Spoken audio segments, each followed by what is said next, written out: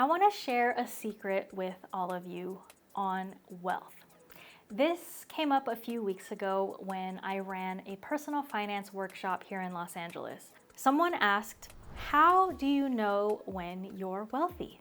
Like, at what point do you consider yourself to be wealthy? Like, one day do you go to bed and you're not wealthy, and then the next day, all of a sudden, you're wealthy? We had just finished a few workshop exercises on calculating your net worth and what that number actually means and what it takes to increase it. And that's when someone asked, like, when are you wealthy? Is it when you have a 6-figure net worth, a 7-figure net worth, 8 figures? Or is it when you make 6 figures of income, like your yearly salary?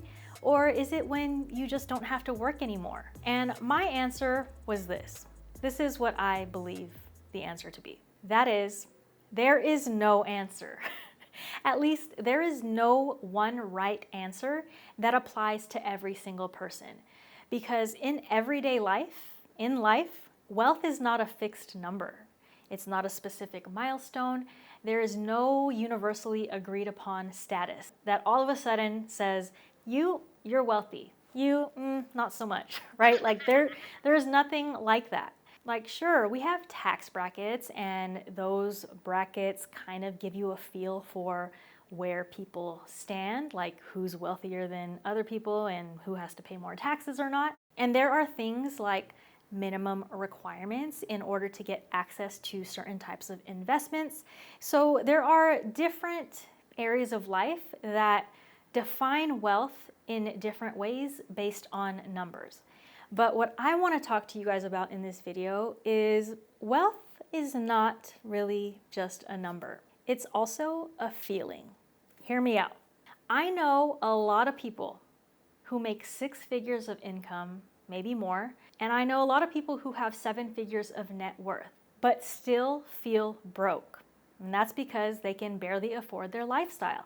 They are bound to their jobs. They have to work to continue that lifestyle that they've created. I also know people who don't work full-time or don't work at all, who have some money saved up or in investments, maybe not quite 6 figures, 7 figures, or 8 figures, but they consider themselves to have enough for their lifestyle, and they're happy, they're content, and some of them even feel wealthy. Now, my brand, it's called Wealth for Women of Color, and when I talk about helping people build wealth, it's not just about helping more women of color become millionaires and reach financial security. Don't get me wrong, I'm gonna help you guys do that, but wealth to me is so deeply personal, and I want you to know that the definition of wealth varies from one individual to the next. Because what makes one person feel wealthy might leave another person feeling far from it, that they have so much more left to go, that they are not done, they don't have enough. And I think that's both the beauty and the challenge of this word called wealth. That is what I want to talk about in this video, because I think that no matter where you are in your financial journey, maybe you're just starting out with personal finance, this is the first time you've learned about budgeting and emergency funds, or maybe you're deeper into your journey and you're trying to figure out, how can I invest my money so that I don't have to work anymore? No matter where you are on that spectrum, I want you to know that you already have wealth, and you should acknowledge it, because I think that when you do that, you help create space for new wealth to arrive. Because when you welcome it, you embrace it, you understand it, you will attract more of it. So let's talk a little bit more about having an abundance mindset, which I believe kicks off this cycle of more abundance, right? You have an abundance mindset, you get more abundance, and that abundance helps you maintain that abundance mindset, and it just keeps going. So let's dig deeper into what I said earlier about wealth not just being a number, not just a figure, but it's also a feeling. So for some people, wealth might mean having enough money in the bank or in investments to retire and to travel the world. For other people, wealth might be the ability to cover unexpected expenses without any stress or without any guilt, or maybe just to live comfortably. Wealth could also mean freedom to spend time with loved ones without having to worry about your next paycheck. It could mean working because you love working, but not being afraid of getting laid off or fired, right? Like wealth can mean so many things to different people. Now, I'll share with you a little bit about what wealth means to me. It means a lot of things, but in a nutshell, I feel wealthy when I don't feel stress or guilt when I make purchases, simply because I know that I got it. And I know that making those purchases are going to bring value to my life and they're not going to hinder my future finances. To me, I feel wealthy when I am confident about my finances, when I know that I have the right systems in place and that everything is going to work out. And I do believe that wealth is feeling secure because I do have that financial cushion, because I have saved up enough and I have enough invested and I have enough future plans to make more money that I'm going to be okay. So if you take all those things on a personal level, I do consider myself to be wealthy. And my net worth is hovering around 6 figures, almost at 7. And yeah, people might think that's a lot of money, but let me tell you this. In the last 2 years, I have made the least amount of money I've ever made since college, since I've been working full time. And I think that I used to define wealth by income, like yearly salary, like, okay, I'm gonna make 6 figures and all of a sudden I've made it. But honestly, it's really more about what you keep and also understanding what that money can do for your life, as opposed to just having this endless income that you're either spending or just stashing up for later use. All that to say, like, I've shifted my definition, my own definition of wealth, to not just be net worth, like that number, that dollar figure, but also my feeling of security and feeling like I have enough and feeling like my money allows me to get things out of life that I value. And even though I have enough, we can still allow room for more if we want it. I simply think that knowing what enough looks like for you and what makes you happy, what brings you joy in life, what brings you comfort in life, when you have that and you acknowledge the wealth that you already have, it will open the path for more wealth to arrive.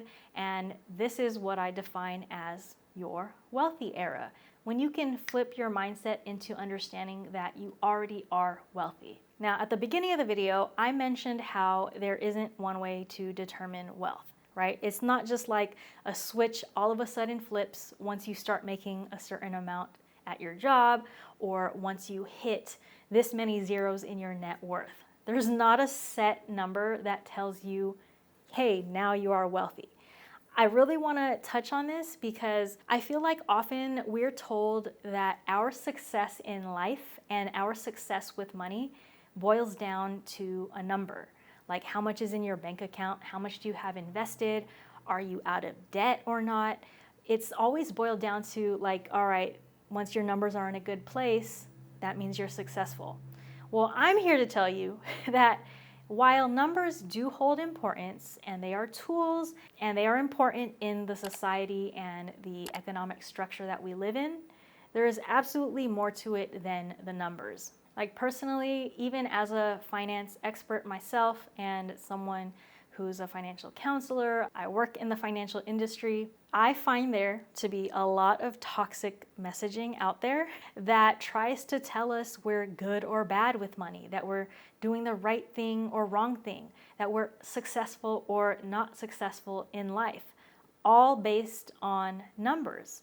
And not to mention, all based on things that a lot of us didn't learn in school. So you want to judge us, judge our success in life based on dollar figures and how much we have and how much we make, when you never taught us how to actually flourish in life when it comes to money and saving and investing. That's a rant for another day. Let me get back to this video and what I was going to say about it. So a quick example, have you guys ever seen articles or videos where people are like, here's how much net worth you should have by age 20, by age 30, by age 40?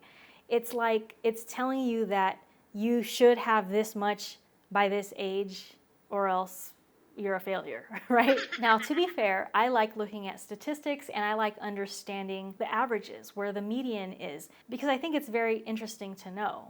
The problem that I see, however, is because we're humans, We are creatures of comparison. If someone is like, you should have this much money by age 30, and let's say you don't have that much, whatever that number is, you're gonna naturally feel behind, or even worse, you might feel like a failure. Now, I hope you don't internalize messages like that, but I do think a lot of people do. I always just wonder where these numbers come from. Like, if you're saying every 30-year-old should have this amount right now, where's that number coming from? Is that the current average of all 30-year-olds right now? Is it skewed by a bunch of really rich people? Are you expecting that everyone who has that amount had the same level of education, the same background, the same obstacles in life? Because I highly doubt it. So long story short, when you hear statistics like that and you start to compare yourself to your peers, you see friends of yours starting to buy houses and you know that you can't, or maybe you're the one in a good place and you see people around you aren't, I want you to take a step back and realize that no one has the same path. There is no age where there is an exact amount you should have, because we all start at different starting lines and we have different obstacles along the way. So overall, just be careful when you hear toxic messaging like this. And even if you have growing your net worth and building wealth as a goal, be wary of the fact that numbers can sometimes be arbitrary. It's going to depend on what your life looks like and what wealth means to you. At the end of the day, you don't want to just be chasing a moving target, like never feeling like you're wealthy because you keep thinking you need more based on what everyone is telling you. So, before you embark on some never-ending journey of chasing more and more wealth, I suggest that you take inventory of what you already have. What do you already have in life that brings you joy? What is it in your life that gives you a sense of wealth? I want you to define wealth for yourself. And not only are you going to realize that your life is already abundant in some way or another, but you're going to have some clarity on what it means to acquire more. You're not just going to be like trying to make more money and grow your money without end, right? You are going to have a reason for it, and as more wealth comes your way, you're going to find more meaning in it. So instead of asking, when am I going to be wealthy? Ask yourself, what does wealth mean to me? Here are some examples. Wealth can be the ability to work less when you feel like it. Wealth can be the ability to always pay your rent on time and have food to eat. Wealth can mean more free time to spend with family. Wealth can mean the ability to travel once a year. It can mean the ability to give back to your community or to support causes you care about. Wealth can mean affording medical treatments. At the end of the day, all of these things can actually be boiled down into values to understand what you value in life. For example, the ability to pay for your living expenses, that is security. The ability to travel, that means experiences. Having more free time, that's freedom. When you define what wealth means to you, what it means on your own terms, and you understand how wealth is simply a tool to acquire the things that you value, you're going to start to take control of your financial journey. You're not going to be bound by what society defines wealth as, like some number you got to hit. And you're going to realize that you already have some wealth. You might still want to acquire more, and that's okay, but you can acknowledge what you already have, and you're going to be able to spot it and name it and acknowledge it when more comes your way.